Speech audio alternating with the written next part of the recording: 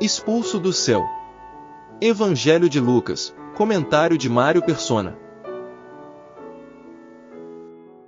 A resposta de Jesus aos discípulos tem dupla aplicação. Uma, como já vimos, foi alertá-los do perigo de se deixarem dominar pelo orgulho, o mesmo sentimento que foi fatal para o diabo.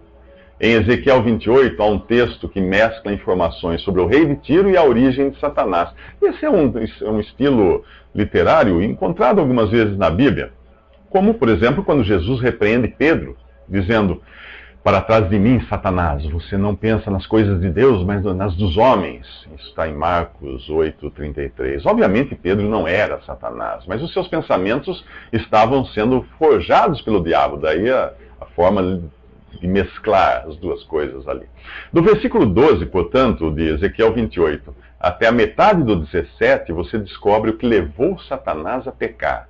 Deus diz ali: "Você era o modelo de perfeição, cheio de sabedoria, de perfeita beleza, ungido como um querubim guardião no monte de Deus, inculpável em seus caminhos desde o dia em que foi criado, até que se achou maldade em você. Por isso eu o lancei em desgraça para longe do monte de Deus, eu o expulsei, ó querubim guardião. O seu coração tornou-se orgulhoso por causa da sua beleza, e você corrompeu a sua sabedoria por causa do seu esplendor." Isso está em Ezequiel capítulo 28. Em tempos imemoráveis, muito antes de Adão e Eva, Satanás caiu em pecado. Apesar disso, Satanás e seus anjos continuaram no céu, como é possível ver lendo os 2 primeiros capítulos do livro de Jó. A partir da metade do versículo 17 de Ezequiel 28, o sentido ali é profético e fala da queda literal do diabo, quando ele será expulso do céu e lançado na terra. Ali diz: "Por isso eu o atirei à terra, fiz de você um espetáculo para os reis." Esta é também a aplicação profética do que Jesus diz aos discípulos em Lucas 10:18. "Eu vi Satanás caindo do céu como um relâmpago." Esta queda ainda irá acontecer e é prevista também pelo capítulo 12 de Apocalipse. "Houve uma guerra no céu. Miguel e seus anjos lutaram contra o dragão, e o dragão e os seus anjos revidaram. Mas estes não foram suficientemente fortes, e assim perderam o seu lugar no céu. O grande dragão foi lançado fora. Ele é a antiga serpente, chamada Diabo ou Satanás, que engana o mundo todo. Ele e os seus anjos foram lançados à terra." Isso está em Apocalipse 12, de 7 a 9. Após o Espírito Santo e a igreja serem retirados da terra no arrebatamento, o anticristo será revelado e começará a agir. Por enquanto, a presença do Espírito Santo no mundo o detém, mas quando for afastado aquele que agora o detém, então será revelado o perverso, o iníquo. Isso está em 2 Tessalonicenses, capítulo 2, versículo 7. Esse iníquo é o anticristo. Nessa época, Satanás será expulso do céu para energizá-lo e exercer seu poder na terra, enganando a humanidade e perseguindo os eleitos de Deus. Ao revelar que via Satanás caindo do céu, Jesus só podia enxergar a cena por ser Deus. Afinal, onde ele poderia estar para ter uma visão tão privilegiada assim naquele momento?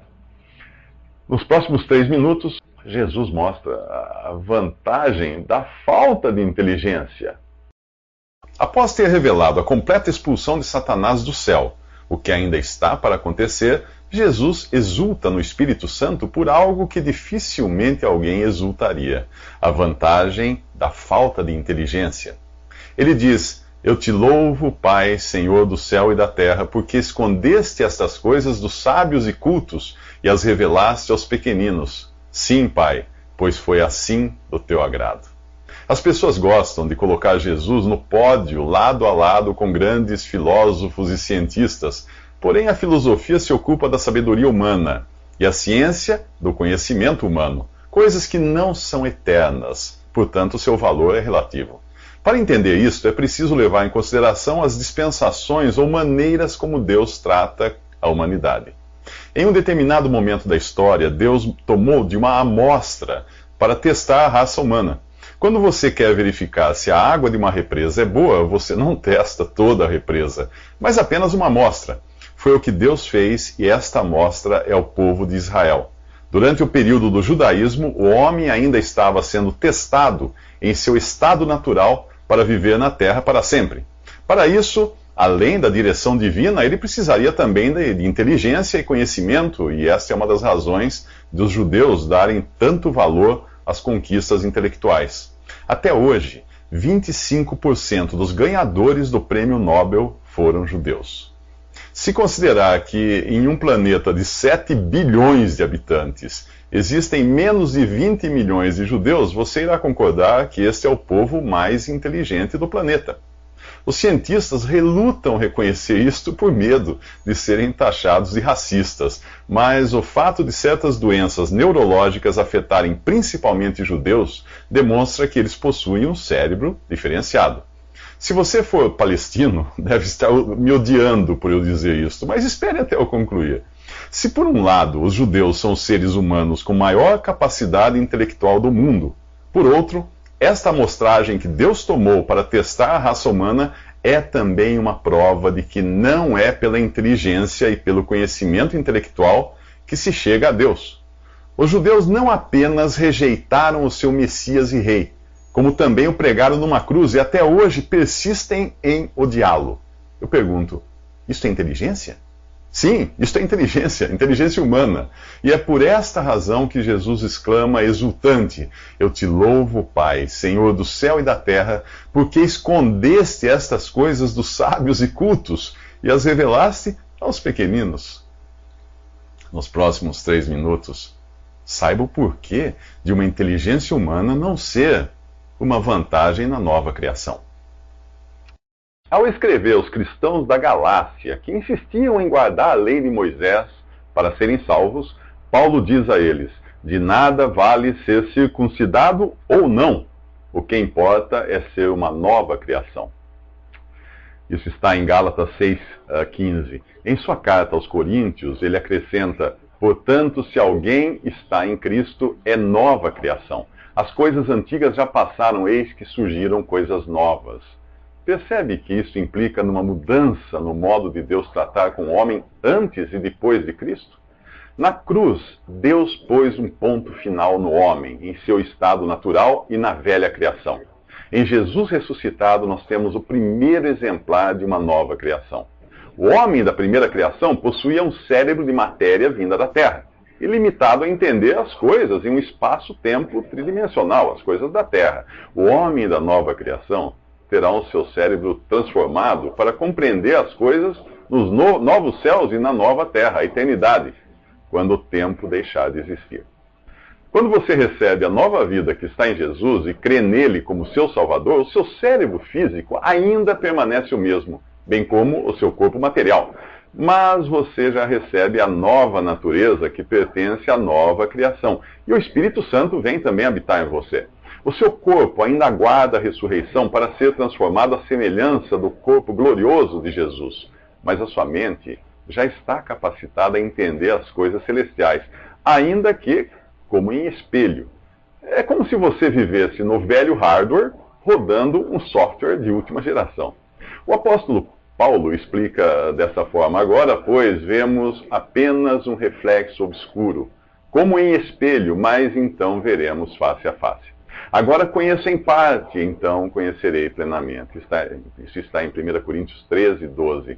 Naquele tempo, espelhos eram chapas de bronze polido, que davam uma vaga ideia do que era refletido neles. Nunca a imagem perfeita. Portanto, enquanto você estiver neste corpo de matéria terrena, será capaz de entender as coisas eternas, mas como um reflexo obscuro. Se você tiver em si já a nova criação em Cristo Jesus. E quem não é de Cristo? Quem não tem a nova natureza? E quem não pertence à nova criação? O incrédulo não aceita as coisas que vêm do Espírito de Deus porque lhes são loucura. E não é capaz de entendê-las porque elas se discernem espiritualmente. Mas quem é espiritual discerne todas as coisas, e ele mesmo não é discernido por ninguém. Pois quem conheceu a mente do Senhor para que possamos instruí-lo? Nós, porém, nós que cremos em Cristo, temos a mente de Cristo. Paulo fala isso aos Coríntios, em 1 Coríntios, capítulo 1, versículo 14. O cérebro humano, o cérebro natural, independente de quão inteligente ele seja, não consegue entender a palavra de Deus. É mais fácil ensinar física quântica a uma lesma do que fazer o homem natural entender as coisas eternas, as coisas espirituais. Mas como obter, então, essa mente celestial para poder conhecer a Deus? Isto é o que veremos nos próximos 3 minutos. Depois de agradecer ao Pai por revelar as coisas celestiais aos pequeninos ou ignorantes deste mundo e não aos sábios e cultos, Jesus diz: todas as coisas me foram entregues por meu Pai. Ninguém sabe quem é o Filho, a não ser o Pai. E ninguém sabe quem é o Pai, a não ser o Filho e aquele a quem o Filho quiser revelar. A chave para se conhecer a Deus está no verbo revelar.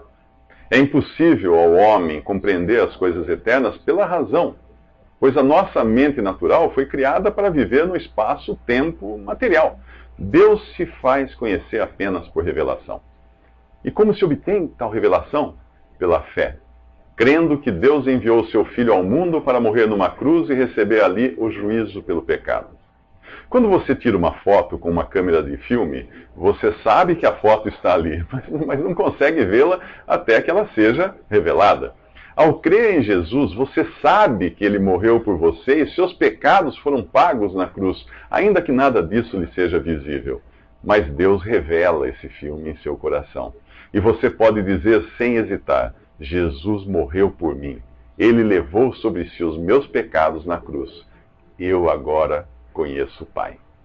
Quando ele diz todas as coisas me foram entregues, está se referindo a tudo o que foi criado.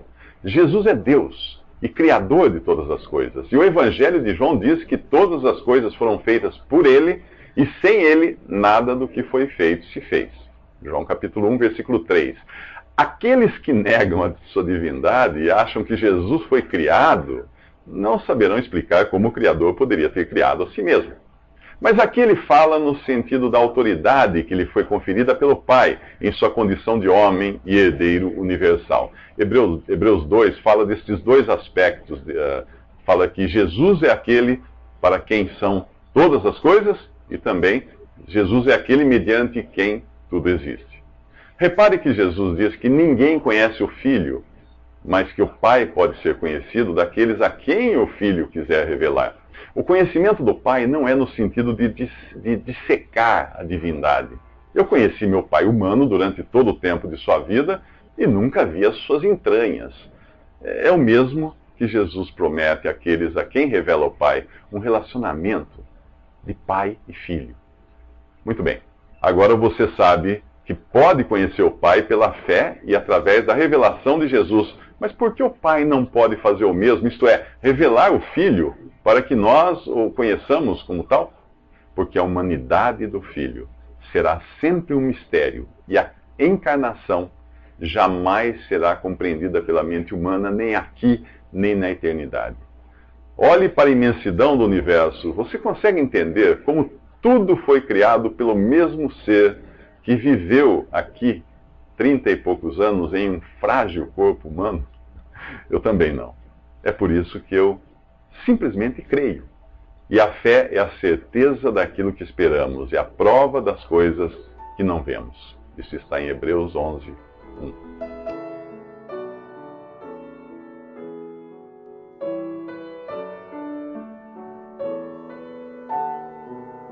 Visite Respondi.com.br. Visite também 3minutos.net.